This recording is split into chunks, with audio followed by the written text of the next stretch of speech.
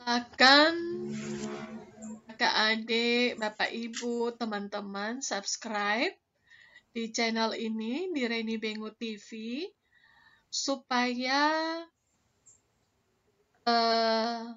kami lebih semangat dan jangan lupa tekan bunyi loncengnya supaya mendapatkan video-video terbaru dari kami. Terima kasih Bapak Ibu semuanya. Like, comment, share, dan subscribe. Terima kasih. Ada pertanyaan. Anak kami usia 7 tahun. Inginnya main melulu. Namun sampai saat ini, ia tidak melalaikan pelajarannya. Meskipun harus disuruh atau diingatkan. Prestasinya pun lumayan baik. Perlukah kami mengurangi waktu bermainnya? Dan apakah perilakunya ini sehat? Ya, setiap anak yang lahir ke dunia sudah dilengkapi Tuhan dengan kecenderungan untuk bermain. Sebelum anak memasuki dunia belajar, yaitu di sekolah, ia terlebih dahulu terjun ke dalam dunia bermain.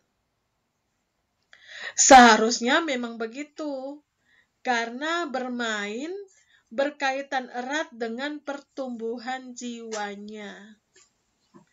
Pertumbuhan jiwa yang sehat, seyogyanya, diawali dengan bermain, dan secara teratur dipupuk melalui permainan.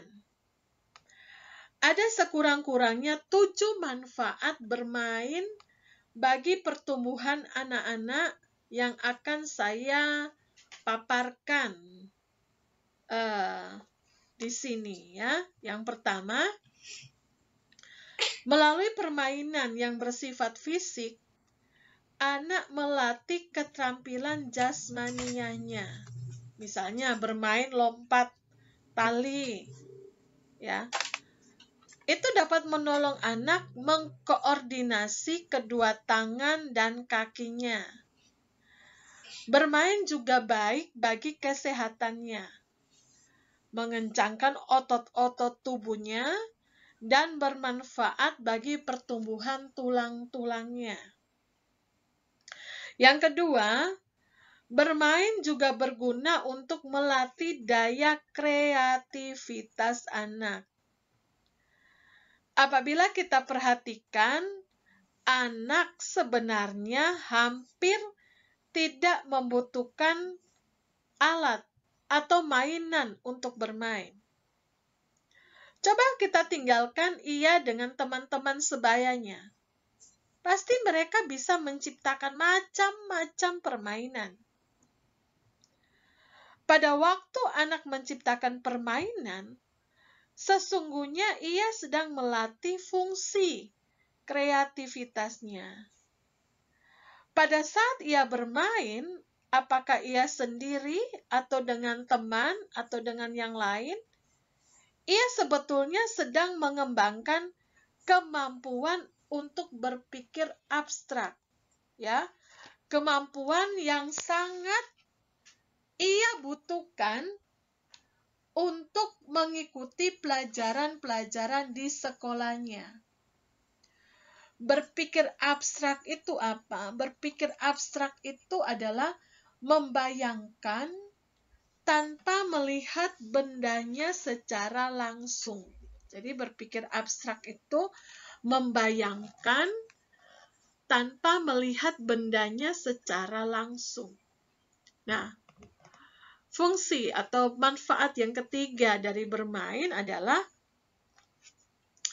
merupakan wadah bagi anak-anak untuk menumbuhkan keterampilannya untuk bergaul atau bersosialisasi. Dengan bermain, anak belajar memahami keinginan orang lain dengan mentaati peraturan. Hukuman yang dijatuhkan apabila ia bermain curang sebenarnya menjadi cikal bakal kesadarannya untuk hidup bermasyarakat. Ia disadarkan bahwa ia tidak selalu mendapatkan apa yang ia inginkan, dan bahwa tindakannya itu dapat membawa dampak bagi orang lain. Ya, jadi dengan kata lain, anak belajar untuk tidak bersikap dan berbuat semaunya atau seenaknya, karena dia harus menempatkan dirinya pada diri orang lain. Manfaat yang keempat adalah bermain juga berguna untuk menumbuhkan daya saing dan kemampuan bersaing secara sehat. Melalui permainan, anak dilatih untuk berpikir menang dan melakukannya secara sehat, ya. Secara alamiah, permainan menimbulkan keinginan anak untuk menang dan untuk mengatasi tantangan. Ia pun mulai belajar untuk tidak mudah menyerah atau putus asa, melainkan belajar untuk mengalahkan kesulitan. Manfaat yang kelima, bermain adalah sarana di mana anak belajar salah satu fakta hidup yang penting, yaitu dapat menerima kekalahan tanpa merasa kalah atau bersalah. Dapat menerima kekalahan tanpa merasa kalah atau bersalah. Nah, permainan memungkinkan anak menerima kekalahan dalam suasana yang menyenangkan dan tidak mengancam harga dirinya secara fatal. Berbeda dengan sekolah, di mana mendapatkan nilai yang rendah seringkali membangkitkan perasaan kalah dan bersalah. Anak merasa kalah karena acap kali menerima nilai buruk tidak terlalu banyak, sedangkan yang mendapat nilai bagus lumayan banyak. Nah, ini anak merasa bersalah, karena pada umumnya sikap guru dan orang tua biasanya kalau anak itu mendapatkan nilai yang jelek itu kebanyakan sikapnya adalah mempersalahkan mereka. Seakan-akan mereka kurang giat belajar, mereka kurang serius ya di sana. Kemudian yang keenam, manfaat dari bermain. Bermain itu juga baik bagi pertumbuhan intelektual anak.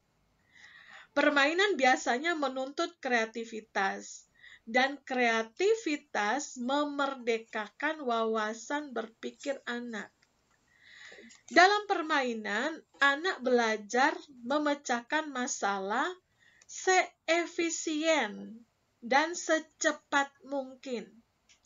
Tantangan-tantangan dalam permainan secara tidak langsung itu merangsang anak untuk berpikir secara tepat dan cermat. Jadi tantangan-tantangan dalam permainan itu secara tidak langsung itu merangsang anak untuk berpikir secara tepat dan cermat.